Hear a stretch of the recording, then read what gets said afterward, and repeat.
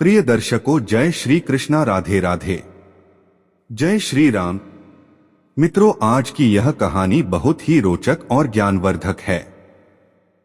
कहानी को सभी साथी ध्यान से सुने। इसे सुनने के बाद आप भी अपने जीवन में कुछ इस तरह के लोगों से सावधान हो जाएंगे जो इस कहानी में बताए गए हैं।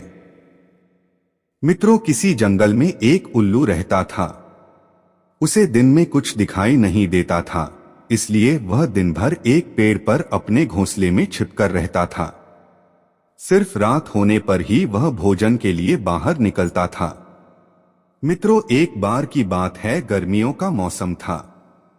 दोपहर का समय था और बहुत तेज धूप थी। तभी कहीं से एक बंदर आया और वह उल्लू के घोंसले वाले पेड़ पर आकर बैठ गया। गर्मी और धूप से परेशान बंदर ने कहा, उफ, बहुत गर्मी है।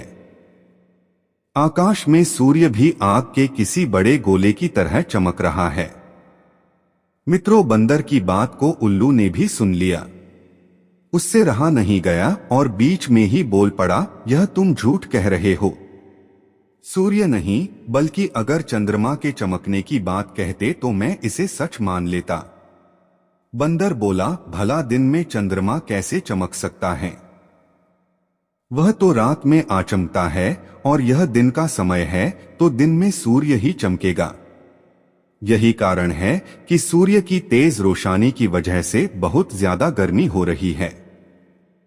मित्रों, उस बंदर ने उल्लू को अपनी बात समझाने का बहुत प्रयास किया कि दिन में सूरज ही चमकता है, चंद्रमा नहीं, लेकिन उल्लू भी अपनी ही जिद पर अड़ा था।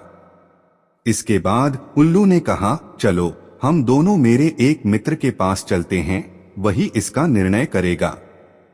मित्रों, बंदर और उल्लू दोनों एक दूसरे पेड़ पर गए। उस दूसरे पेड़ पर उल्लुओं का एक बड़ा झुंड रहता था। उल्लू ने सभी को बुलाया और उनसे कहा कि दिन में चंद्रमा चमक रहा है या नहीं, यह तुम सब मिलकर बताओ। तो सभी उल्लुओं ने कहा, हाँ भाई, चमक तो चंद्रमा ही रहा है।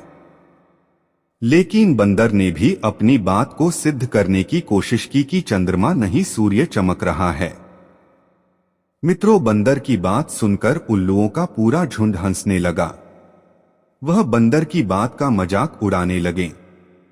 उन्होंने कहा, नहीं, तुम बेवकूफों जैसी बात कर रहे हो। इस समय तो चंद्रमा ही चमक रहा है और आकाश में सूर्य के चमकने की झूठी बात बोलकर हमारी बस्ती में झूठ का प्रचार मत करो।